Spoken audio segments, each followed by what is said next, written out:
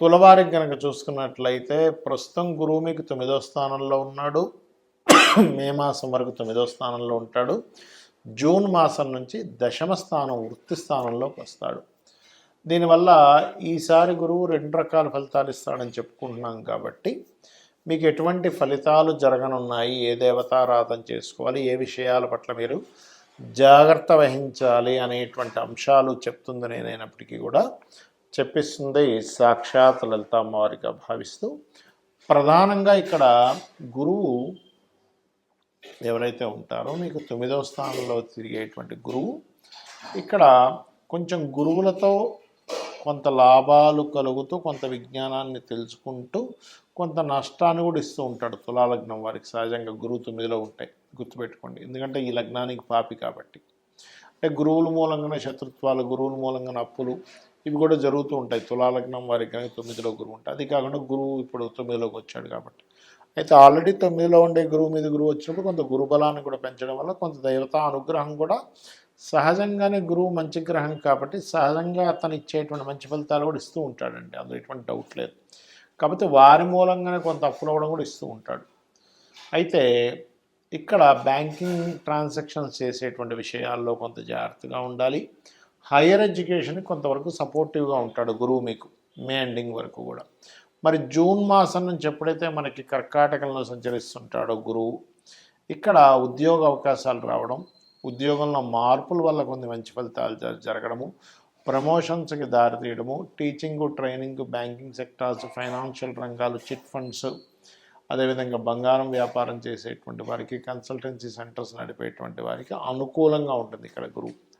అది కాకుండా మీకు గురువు అక్కడ ఉండడమే కాకుండా మీకు శని కూడా 6వ స్థానంలో ఉండడం, పంచమ స్థానంలో రాహు ఉండడం వల్ల, పంచమ రాహు ఏంటంటే కొన్ని విషయాలు ఆలోచన చేసేటప్పుడు అది కొద్దిగా కొన్ని భయాల్ని క్రియేట్ చేస్తూ ఉంటాడు. కాబట్టి మీరు ఏం చేయండి అంటే నవగ్రహాల్లో ప్రధానంగా శని రాహు గ్రహాల దగ్గర దీపారాధన చేయడము, మరియు అదేవిధంగా మీరు పర్టికులర్గా ఏంటంటే దేవతా ఆరాధనలో ముఖ్యంగా సుబ్రహ్మణ్యేశ్వర స్వామి, లేనట్లయితే కాలభైరవుడు, ముఖ్యంగా కాలభైరవుడు, దుర్గాదేవి యొక్క ఆరాధన చేయండి.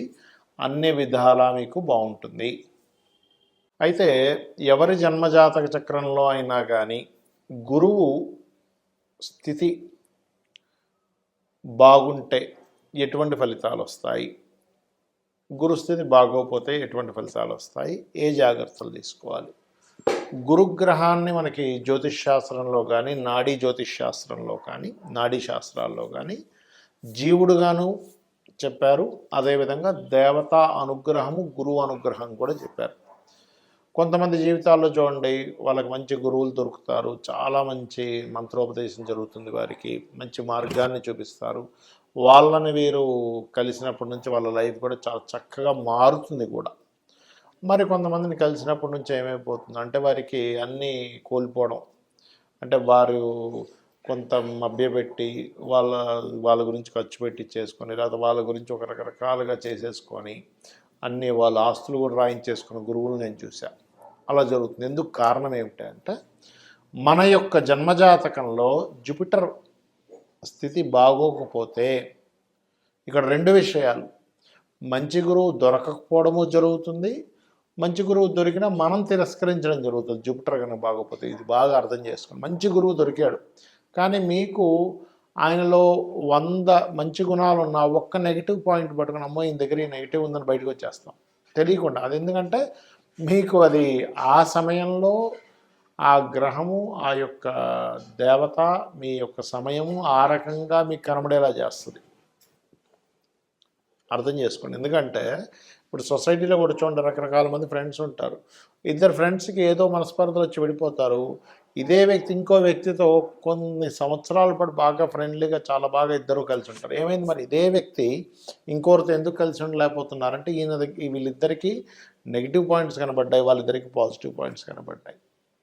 అయితే మీ జన్మజాతకంలో కనుక గురువు బాగా పాపకత్తిరిలో ఉన్నాడు అనుకోండి, అంటే శని రాహులతోని లేకపోతే పాపగ్రహ నీచబడ్డ గ్రహాలతోని ఉన్నప్పుడు మీరు పూర్వజన్మల్లో గురువుకి ఏదో ఇబ్బంది పెట్టారు. అంటే ఏంటి, గురువులు అంటే ఎవరు, మీకు గురువు అనే ఆ యొక్క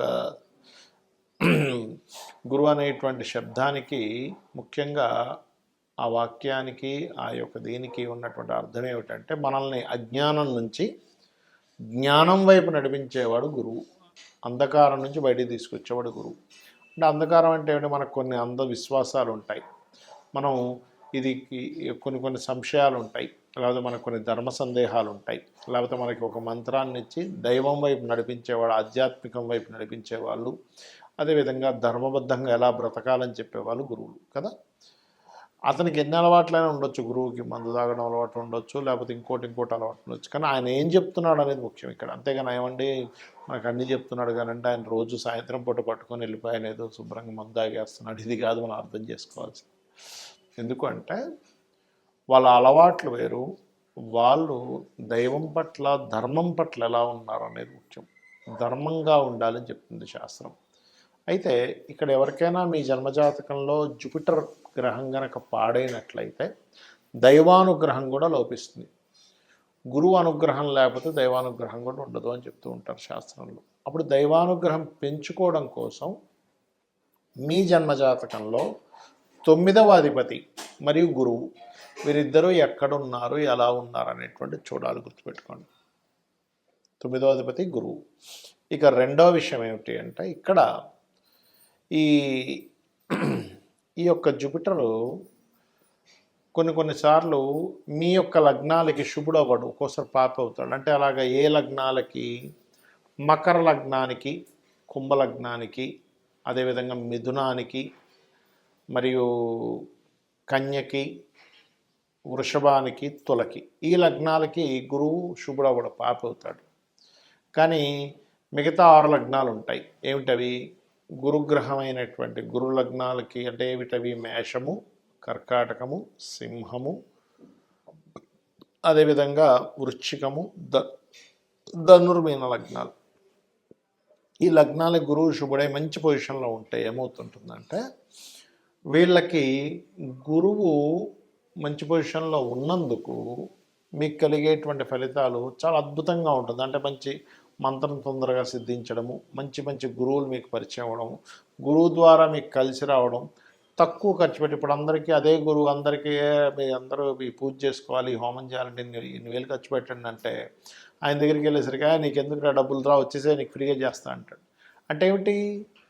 గురువు గనక మీ జన్మజాతకంలో బాగుండి మీ లగ్నానికి శుభుడైతేనేమో వాళ్ళ నుంచి అన్నీ ఫ్రీగా మీకు లభిస్తూ ఉంటాయి, చాలా ఉచితంగా లభిస్తూ ఉంటాయి, గుర్తుపెట్టుకోండి.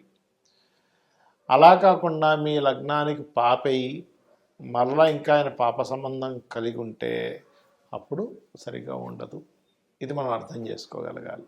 మరి దీన్ని ఎలాగ తొలగించుకోవాలి? గురుమంత్రం, ఏదైనా గురువు దగ్గర మంచి గురుమంత్రం తీసుకోవడం, గోసేవ చేయడం, దత్తాత్రేయుడి యొక్క స్తోత్ర పఠనం చేయడం, ఓం ద్రాం దత్తాత్రేయాయ నమః అని చేసుకోవడం, లేదా జయ గురుదత్త శ్రీ గురుదత్త, లేనట్లయితే దిగంబర శ్రీ పాదవల్లభ దిగంబర అనే మంత్రం చేయడం, పసుపు కానీ గంధం కానీ ఇలాంటి పదార్థాలని మీ యొక్క ఆలయంలో దేవతా కైంకర్యం కోసం భక్తి శ్రద్ధలతో ఇవ్వడం, ఎక్కువగా శనగలు దానంగా ఇవ్వడం, గురుగ్రహంతో ఏ పాపగ్రహాలైతే కలిసాయో ఆ పాపగ్రహ సంబంధించినటువంటి దానాలు ఇవ్వడం, ఇవన్నీ చేయడం ద్వారా మీకు గురుదోషము పోయి దేవతా అనుగ్రహం కలుగుతుంది, అమ్మవారి యొక్క అనుగ్రహం కూడా కలుగుతుంది, మీ జీవితం అద్భుతంగా సాగుతుంది. శ్రీమాత్రే నమః.